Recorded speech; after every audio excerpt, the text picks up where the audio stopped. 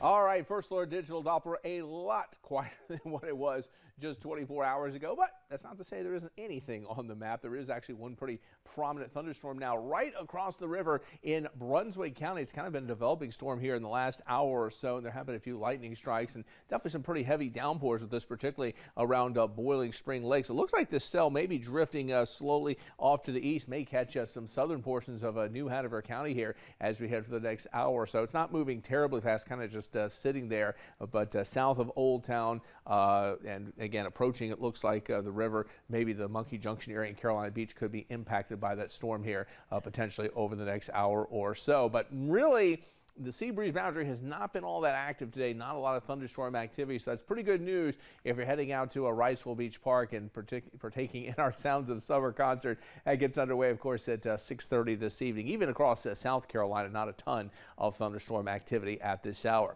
Our latest hour-by-hour forecast model looking pretty positive here for the rest of tonight. Not a lot of shower or thunderstorm activity you can see through the evening or overnight hours. Now, one thing you might note tomorrow morning when you wake up, some low clouds, maybe even some fog potentially when you wake up. Model's really been kind of zeroing in on this the last couple of days. It won't stick around long, though. With this high sun angle, you don't expect fog to stick around very long. Little more thunderstorm activity maybe tomorrow afternoon, particularly in some of the inland areas. Now, it shouldn't really affect Southport or here in Wilmington. We're going to stick with a 20% chance of a shower or storm, but I did raise the chance of rain for places like Elizabethtown and Whiteville to about 30%. You may actually have a better chance of seeing an isolated shower or thunderstorm tomorrow. And then as we head towards the weekend, we're going to have to turn our attention to the south. Why is that, you ask? Well, it now appears an area of low pressure is going to develop off the southeast coast of the United States. Does have the potential to take on some tropical characteristics and become maybe a tropical depression or maybe even tropical storm Chantal. Not completely out of the realm of possibility, and begin to see at least a few rain bands trying to work in the way in the area on Saturday. But Sunday now appears to be the big day. This is going to impact our weather, so we have now issued a First Alert weather day for Sunday because it looks like some of the heaviest rain may begin to spread up in our direction. We may also have other impacts, including maybe some 30 to 40 mile per hour winds. Again, this is primarily a coastal event and maybe even a few rogue thunderstorms, strong thunderstorms near the coast. 72 for tonight. Again, you can see some reduced visibility, particularly as we head towards the morning, but chance of rain is pretty low, only about 10 to 20% chance of a shower or storm.